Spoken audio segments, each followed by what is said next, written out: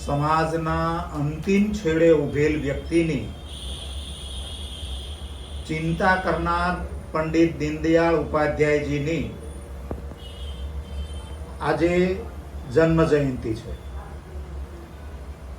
પંડિત દીનદયાળ ઉપાધ્યાયજી એ વિચાર પુરુષ છે કે આજે વિશ્વની સૌથી મોટી પોલિટિકલ પાર્ટી એવી ભારતીય જનતા પાર્ટી ના વિચારના કેન્દ્રમાં પંડિતજી છે.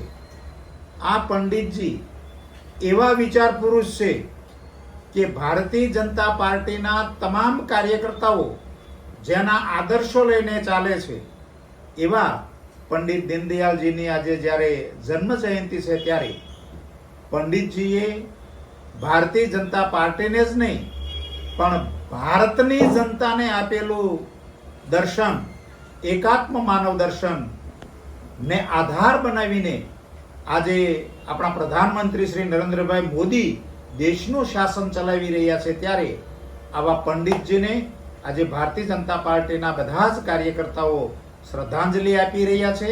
અને આ શ્રદ્ધાંજલિમાં વોર્ડ નંબર 7ના ભારતીય જનતા પાર્ટીના કાર્યકર્તાઓ પણ જ્યારે જોડાયા છે ત્યારે અમે સૌ પંડિતજીના આદર્શો સાથે કામ કરીએ એ સંકલ્પ કરી અને આજે એમને શ્રદ્ધાંજલિ પાઠવીએ છીએ.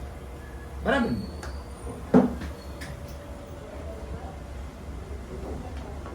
આ